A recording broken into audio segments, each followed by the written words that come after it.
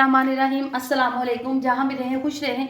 अल्लाह ताला आप सबको हसद और बुरी नज़र से बचाए, आमीन। सर्दी बहुत ज़्यादा हो गई है, सर्दी की शिद्दत में बहुत इजाफा हो गया है।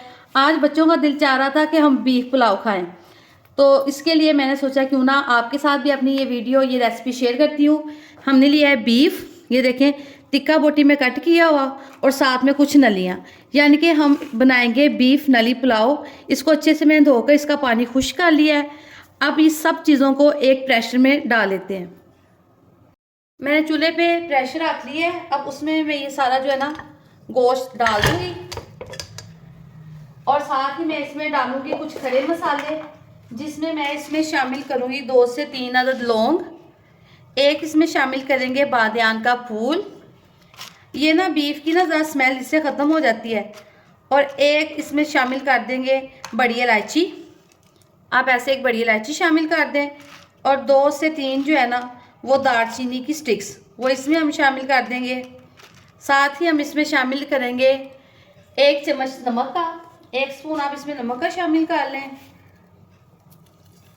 और हाफ स्पून जो है ना मैं इसमें सुरख मिर्च का शामिल करूँगी। उससे ये होता है कि जब आप इसको वेट लगाते हैं ना विसल, तो जो पानी है ना वो बाहर को नहीं निकलता, यानी कि वेट के ज़रिए पानी बाहर नहीं आता। साथ ही हम इसमें शामिल कर देंगे तकरीबन 1 गिलास के करीब पानी।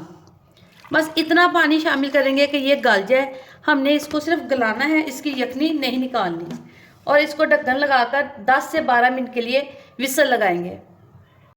पानी डालने के बाद मैं इसको लगाऊंगी ढक्कन। अच्छे से आप जो है ना इसको ढक्कन लगा दें, चूल्हा चलाएं, और इसके ऊपर जो है ना आप इसकी विसल रख दें। और जब ये विसल चलना स्टार्ट हो जाएगी तो आप इसका जो टाइम है ना वो नोट कर लें, 10 से 12 मिनट। विसल चलना स्टार्ट हो गई है, आप टाइम नोट कर लें, 10 से 12 मिनट काफ़ी होंगे इसके गलने के लिए। बिस्मिल्लाहिर्रहमानिर्रहीम। मैंने कढ़ाई चूल्हे पर रख ली है। अब हम इसमें डालेंगे कुकिंग ऑयल, और साथ ही इसमें शामिल करेंगे 2 से 3 दरमियाने साइज के कटिंग किए हुए प्याज। अब इन सारे प्याज़ों को हम अच्छे से इनको फ्राई कर लेंगे, और बहुत ब्राउन नहीं करेंगे, लाइट पिंक सा कलर देंगे, जिससे जो पुलाव है ना उसका कलर बहुत खूबसूरत आएगा। प्याज जो है ना ये फ्राई होना स्टार्ट हो गए हैं। आप कह रहे होंगे पहले कढ़ाई या पतीला, मुझे लगा कि चावल ना उसमें अच्छे से नहीं बनेंगे, बर्तन छोटा ना हो जाए, इसलिए मैंने इसको बड़े देगचे में कर लिया है। क्योंकि चावल जितने खुले बर्तन में पके ना उतने अच्छे और खिले खिले चावल बनते हैं। प्याज जो है ना लाइट ब्राउन होना स्टार्ट हो गया है। अभी हम इसको थोड़ा सा और करेंगे।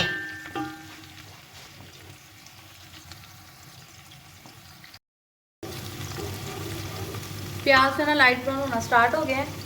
अभी इनको हम थोड़ा सा ना और कर लेंगे, ताकि इनका थोड़ा सा और कलर आ जाए। अब अदरक और लहसुन के पेस्ट को मैंने अच्छे से फ्राई कर लिया है। अब मैं इसमें शामिल करूँगी 2 से 3 अदद कटे हुए टमाटर। इनको भी अच्छे से इसमें 1 से 2 मिनट के लिए ना इनकी भी फ्राई कर लेंगे।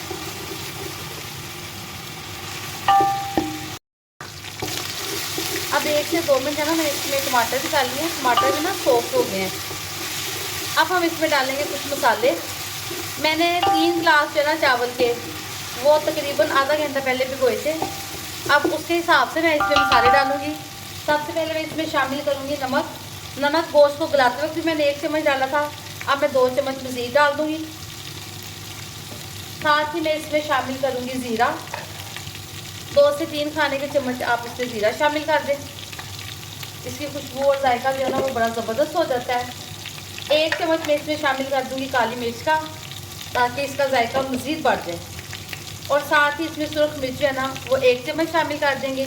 इन तमाम मसालों के साथ साथ मैं इसमें शामिल करूँगी पुलाव मसाला।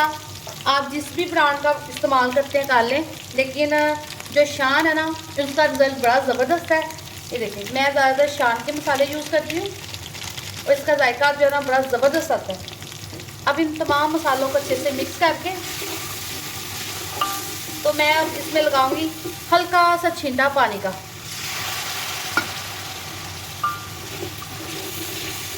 अब ये सारा मसाला जो है ना ये हो जाएगा यकजां, और इसमें जो टमाटर भी थोड़े से खड़े खड़े लग रहे हैं ना वो भी अच्छे से सॉफ्ट हो जाएंगे।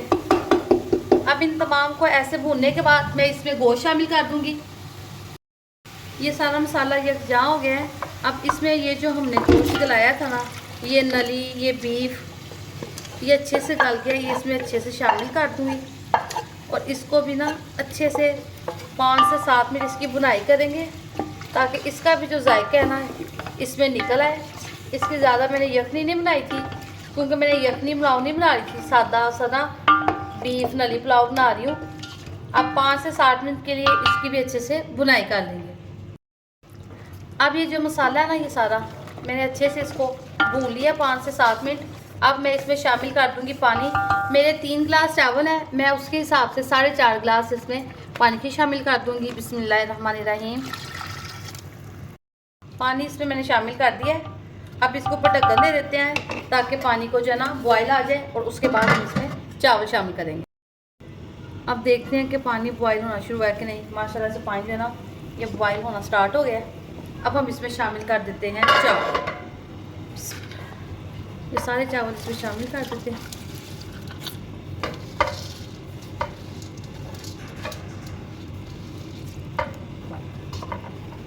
और एक दफ़ा चम्मच हिलाने के बाद इसके ऊपर दोबारा से ढक्कन, चम्मच अच्छे से हिला लेंगे। और इसका नमक आप जो है ना वो चेक कर लें, नमक में जो कमी बेशी हो ना वो फिर पूरी कर लें। हाँ जी, हमारा नमक बिल्कुल ठीक है। आप भी जब बनाएं तो नमक ज़रूर चेक कर लें। पुलाव में माशाल्लाह से बबल्स बनना स्टार्ट हो गए हैं, लेकिन अभी इसमें जो पानी है ना वो मौजूद है। और ये देखिए इसमें कितनी भाप निकल रही है। जब ये पानी बिल्कुल खुश्क हो जाएगा तो फिर हम इसको दम के लिए रखेंगे।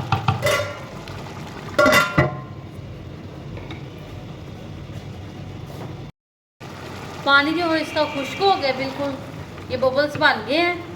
अब हम इसको दम लगाएंगे। मैं लगाऊंगी रुमाल के साथ इसका दम। एक रुमाल ले लेते हैं और उसके साथ इसको देते हैं दम।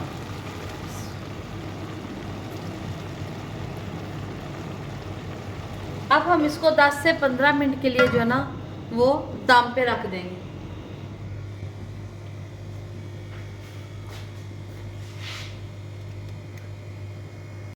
से 15 मिनट हो चुके हैं दम को। उसके बाद चूल्हा बंद करने के बाद भी 10 मिनट हमने इसको स्टे दिया है। अब इसका दम खोलते हैं। बिस्मिल्लाहिर्रहमानिर्रहीम। माशाल्लाह से हमारे चावलों का कलर बहुत ही खूबसूरत आया है।